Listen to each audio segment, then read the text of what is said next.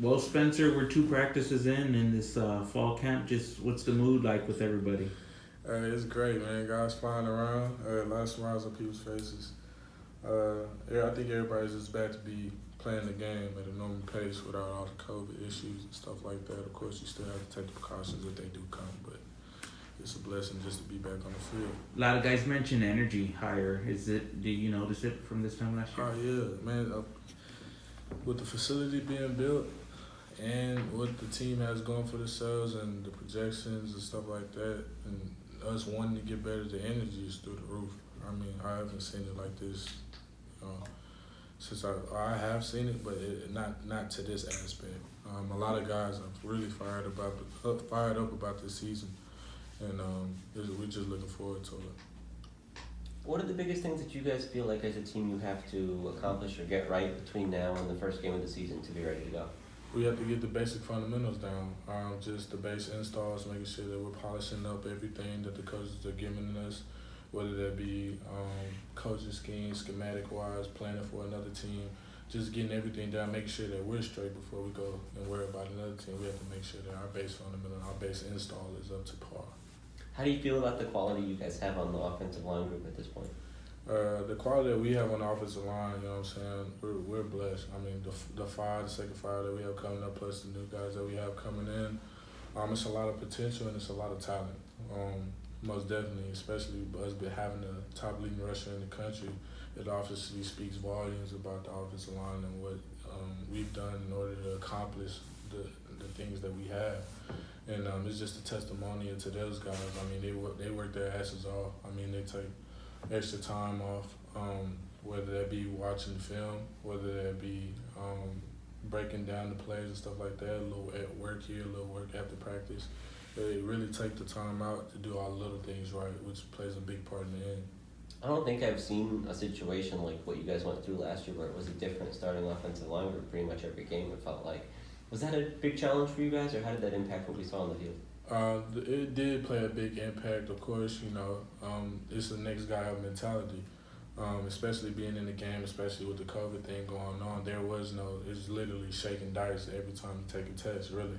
So you have to expect, the worst. So the worst being is that you have a guy out here, you have a guy out here, you have a guy out here. Okay, but who's gonna step up and fill those positions? And we had the guys to do that. They went up and they had to do what they had to do in order for us to be successful. And all glory to them. How did you feel about how you played individually? How do you look back on the season you had? I played good. I had to play more consistent, I should say. That's a really big thing I'm working on, being more consistent. And it's just little fundamental tweaks that I need to work on as far as technique, whether that's keeping my elbows in, my hands tight, not being wild with my hands, just little things that make a big impact and a huge part of my performance as a player. What leads to maybe some of those lapses in consistency that you saw last year? Is that a mental thing, or why was that a problem area at times? The mental lapses, I wouldn't say so far as a problem. I'd just be like, it was more of a repetitiveness, of course, that comes with being consistent. But repetitive, I would say, certain plays requires you to do certain things, but a certain look might, deter you from that. And it can be a great mental thing as well, as far as juggling school, stuff like that. Life happens, you have families, things that go on about that nature.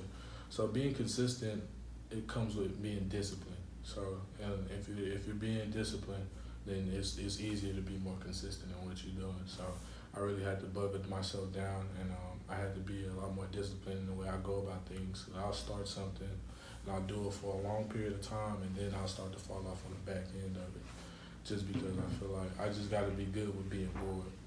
So when I say that, I mean, when you're being bored, you get tired of doing the same thing over and over and over again. But at the same time, that's what makes you great players, the little things. They never get tired of the little things, and they never get tired of learning the basic fundamentals of the game. So that plays a huge part. Do you feel like you've taken big steps in that area from last year to this year? Most definitely. I've been in my playbook a lot more. I've taken a lot of steps doing the extra stuff off the field as far as ankle flexibility and being able to maintain my stance, being able to play low with power. It makes a great and huge game. I've seen tremendous improvements during the spring, and I'm just trying to build off that to go ahead and keep moving on forward with the season. so I can carry it over. Do you think about the next level, potentially playing in the NFL? Is that something that's on your mind? It is on my mind. I'm just blessed with the opportunity, number one, to be able to be in the position that I am in order to have that opportunity presented to me. So I never take that for granted. And I look at every rep that I take now as a professional rep, because it is. I mean, the littlest thing could be a difference between you making a few thousand and a couple of million. So, I mean, that's obviously a big difference. So you have to take in everything. Everything that happens is a money decision at this point. So it's really starting to get set. Do you get a sense of whether that opportunity will be there for you in the future? Like, do you know how people view you at that level, or do you have any kind of gauge on that? I really don't have a huge gauge. I guess I have an idea. I mean, I guess it's pretty good, just being at the position that I am. But at the same time, I do worry about what they think, of course, because I mean, if you want to talk about playing at the next level, I mean, you could be there one day, next day gone. I mean, it's hard getting there, but it's even harder staying in the league. So that's really what I'm focused on, just preparing to get to that stepping stone in my life, and just making sure that when I get there, I'm ready to excel, not only to compete with the best of the best, but hopefully be one of the best in the league. Aside from that consistency component, is there anything that you have to develop or improve to be more projectable to that opportunity? I would say show a little bit more power in the film and stuff like that, just more dominant blocks and stuff like that. Just like I said, little technique tweaks here and there. Just not being wild with my hands, keep my elbows tight, making sure I keep a low base whenever I'm not popping up off the ball, whenever I'm doing stuff like that. Those things go a huge part, especially in player evaluation. And so if I buckle down on those, which I have been, and just keep working on the basic fundamentals and techniques, I feel like the sky's the limit. What was your off season like? How did you kind of work towards those goals? What kind of work did you put in?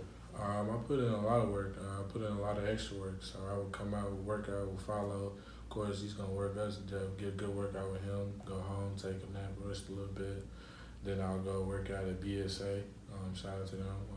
Go work out at BSA. It's a training facility. And then I'll go to the Davis Scott YMCA, work out with Kurt Brown in the pool, working on speed and during his training in the pool, swimming laps, running in the pool, stuff like that, working on my speed enhancement.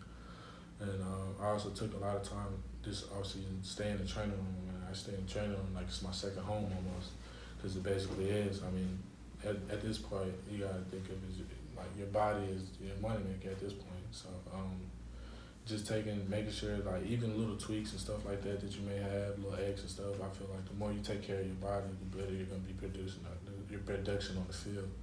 And so the same way you take care of your body on the field, you gotta take care of it off. So I just feel like that's what I've been doing with most of my time. Did you get stronger through all that work? Are there numbers you can put on that, whether it's like a squat or a bench press or whatever? Yes, I did get I got a lot stronger than what I was. I did put up a few good numbers and stuff like that. What I'm most proud of is my broad, 10, up to 10 on the broad. So it was a great feeling at that point in time. Wait, a broad jump you mean? Yes. You 10 foot? Yeah. Is that rare for an offensive lineman to be able to?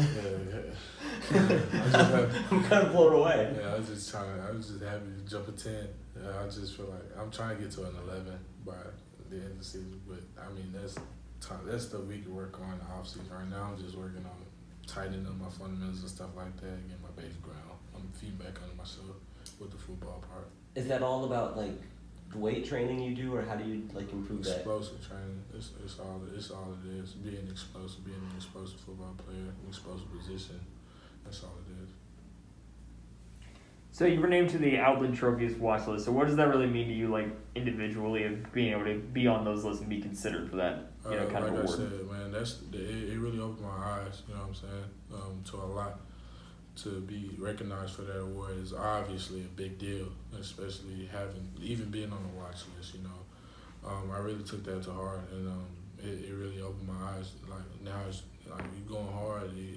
Now it's time to really, really crank it up. I mean, if they have eyes on you enough to give you that award or watch list, I mean, it's a blessing just to be in that opportunity. So I'm gonna take it, and I'm gonna go get 2 times, 3 times harder than I ever had before, and hopefully accomplish being one of those players. To win the award, be that player to win the award. And what does it mean for you and the rest of the offensive line as a unit to be able to play with a guy like Sincere? And what does it do for your morale when he's able to take advantage of those holes you're opening up for him to, break off those big gains? Sincere is a great running back, man. We just do what we're coached to do at the end of the day. Coach Maddox comes in, he gives us the game plan, and he gives us the ins and outs. He gives us all the scenarios that he could possibly give, and if he doesn't have it, he'll find a way to get it to us. And it's just us taking it into factor and putting it as our responsibility in order to get it done. Because at the end of the day, he can tell us everything that he needs to, but it's up to us to get it done in the field, And so I feel like a lot of guys take the time out of the day, go ahead, watch the film, study the playbook. So whenever you get in the game, it slows the game down a whole lot. And us being able to just a little crease, just a little block here, a little block there, just a little, displacing the 3-tech or displacing the end, just to get just a little bit of daylight Sincere and make a miracle out of it. And I'm glad that obviously he's he's top tier running back in the country. Let's not mistake that for anything. So I'm just glad we can be a part of that to him.